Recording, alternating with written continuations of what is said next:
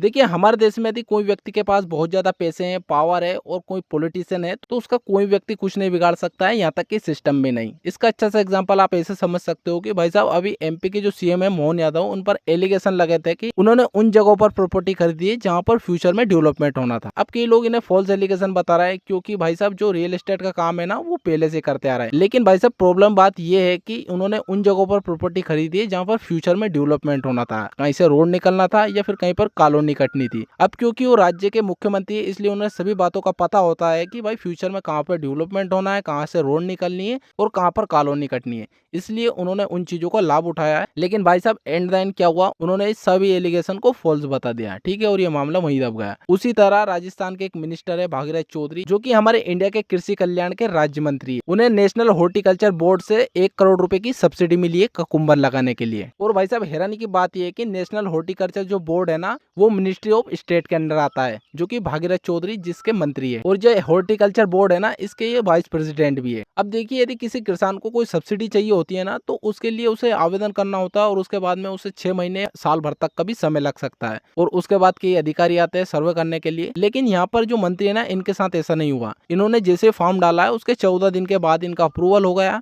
और उसके बाद भी इनके फार्म हाउस पर कोई भी अधिकारी सर्वे के लिए भी नहीं गया है कि इन्होंने कोई कुकुम्बर वगैरह लगाया भी है या नहीं है। तो भाई साहब यहाँ पर इन्होंने अपने पद का पूरा फायदा उठाया, क्लियरली दिख रहा है। लेकिन एंड द एंड क्या हुआ है, सारे एलिगेशन फॉल्स बता दिए। उन्होंने बोला कि भाई साहब ये जो सब्सिडी ली है मैंने बिल्कुल लीगल तरीके से ली है और मैं पहले किसान हूँ उसके बाद मैं राजनेता हूँ। अब देखिए हमारे देश में एंड देन होता क्या, यदि ये मुद्दा थोड़ा बहुत गर्म पकड़ता और जनता आवाज उठाती तो इस पे एक जांच कमेटी बैठ जाती। जांच कमेटी अपनी रिपोर्ट सबमिट करती, लेकिन उस रिपोर्ट के बारे में नॉर्मल व्यक्ति को कभी पता नहीं चलता है। उसके बाद में ये मामला कोर्ट में चल जाता है और कोर्ट के बाद में ये मामला हिजते ही चला जाता है। उसका किसी को भी पता नहीं चलता इसका फैसला क्या आया या नहीं आया। और एट द एंड क्या होता है, मामला ऐसे दबके रह जाता है। देखिए हमारे देश में कहने को तो ऐसा है कि भाई साहब सभी के लिए कानून समान है, लेकिन एट द एंड पैसा और पावर कानून को जरूर इन्फ्लुएंस कर देता है।